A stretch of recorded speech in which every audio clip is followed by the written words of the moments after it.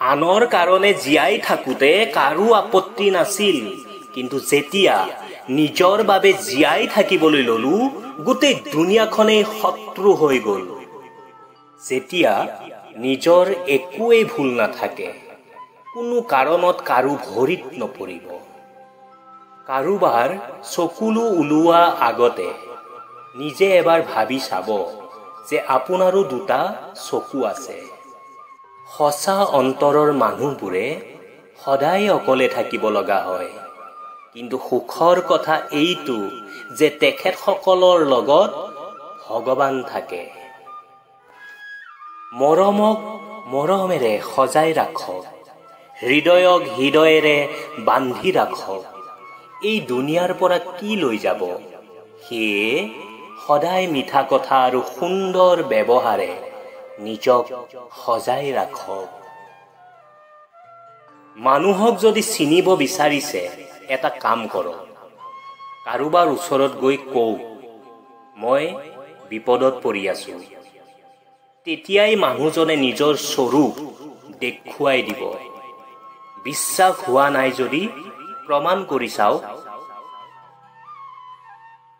মানুহ চাই কোন কেনেকুৱা ক'ব পৰা কলা মোৰ আছে, কিন্তু যেতিয়া সেইটো প্ৰয়োগ কৰি চাওঁ, প্ৰায়বোৰ মানুহৰে চেহেৰাৰ আঁৰত কেইবাটাও ৰূপ দেখা পাওঁ, আৰু তেতিয়া মনটো বেয়া হৈ যায়।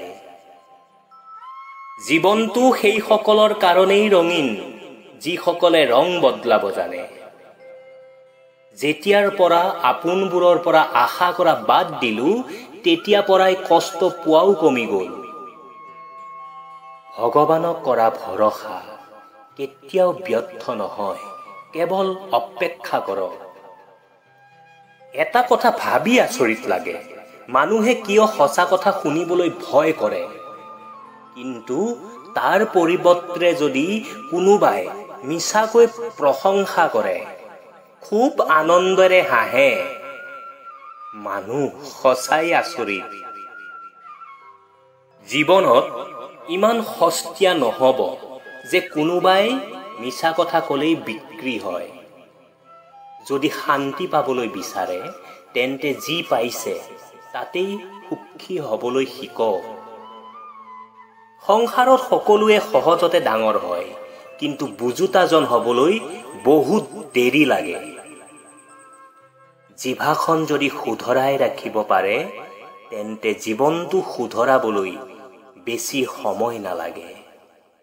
এটা কথা মন কৰিব, ৰূপক লৈ যদি আপুনি গৰ্ব কৰিছে, তেন্তে আপুনি মূৰ্খ হয়, কিয়নো এইটো আপোনাৰ সৃষ্টি নহয়। যদি গৰ্ব কৰে, নিজৰ চৰিত্ৰক লৈ কৰক, কাৰণ এইটো আপোনাৰ সৃষ্টি।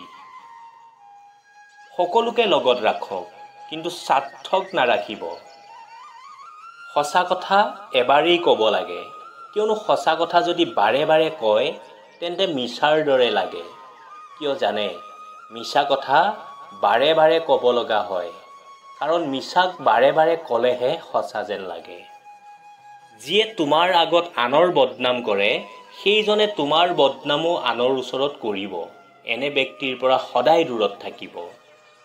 জীৱনত পিছত পৰা বুলিবলৈ আচলতে একো নাই, কাৰণ লাইনৰ শেষত থকা ব্যক্তিজনেও এসময়ত কাউণ্টাৰ পায়গৈ। এই তিনিটা কথা সদায় মনত ৰাখিব। খঙত থকাৰ সময়ত উত্তৰ নিদিব, আনন্দত থকাৰ সময়ত প্ৰতিজ্ঞাবদ্ধ নহ'ব,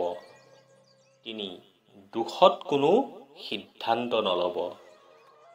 মানুহ যদি কণা, লেঙেৰা, অন্ধ বা পংগু হয়, তথাপিও সংসাৰ কৰিব পাৰি, কিন্তু যদি চৰিত্ৰ বেয়া হয়, তাৰ লগত সংসাৰ কৰাটো উচিত নহয়।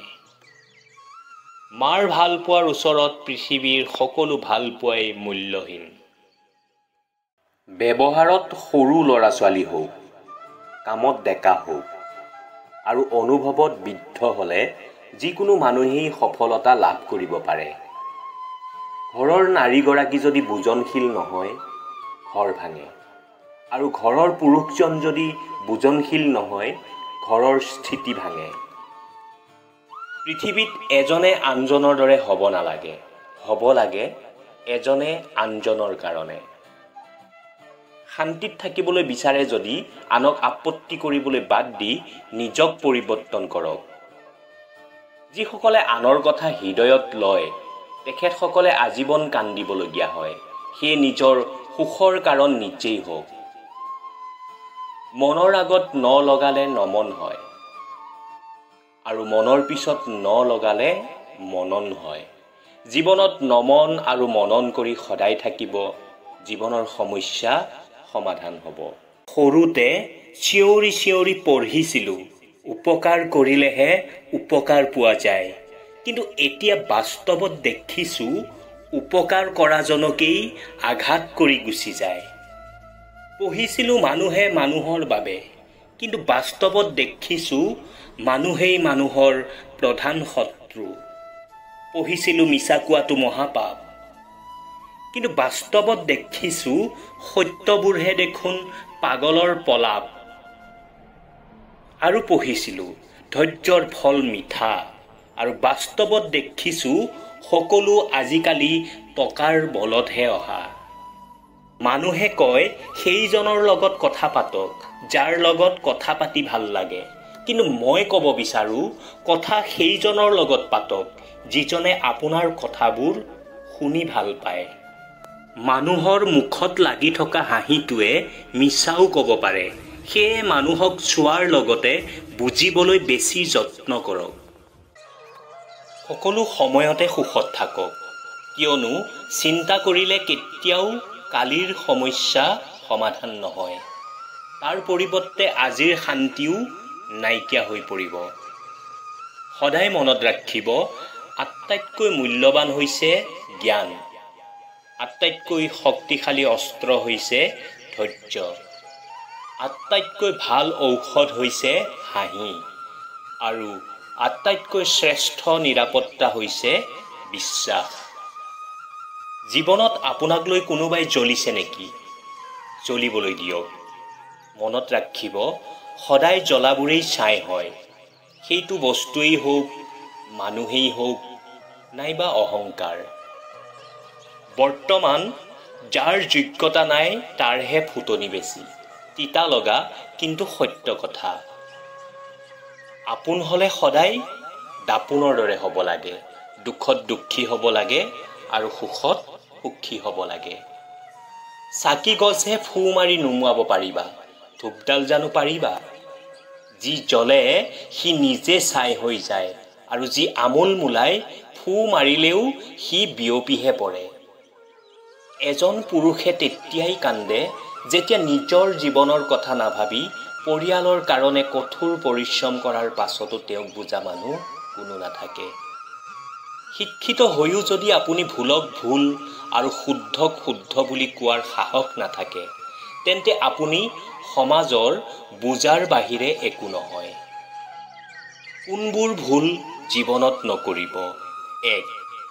দগাবাজ মানুহক দ্বিতীয়বাৰ কেতিয়াও বিশ্বাস নকৰিব। 2. মিছলীয়া মানুহৰ পৰা সত্য আশা নকৰিব। 3. যিসকল মানুহে আপোনাৰ জীৱনৰ পৰা নিজেই আঁতৰি গৈছে তেওঁলোকক পুনৰ আপোনাৰ জীৱনলৈ উভতিব নিদিব। 4. অসৎ মানুহৰ লগত সৎ পৰামৰ্শ নকৰিব। 5.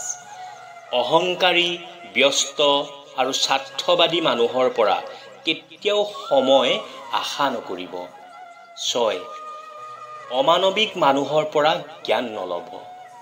7. ব্যস্ত মানুহৰ পৰা বন্ধুত্ব আশা নকৰিব। আৰু যিসকলে নিজৰ ভুল স্বীকাৰ নকৰে তেনেকুৱা ব্যক্তিৰ পৰা সদায় দূৰত থাকিব।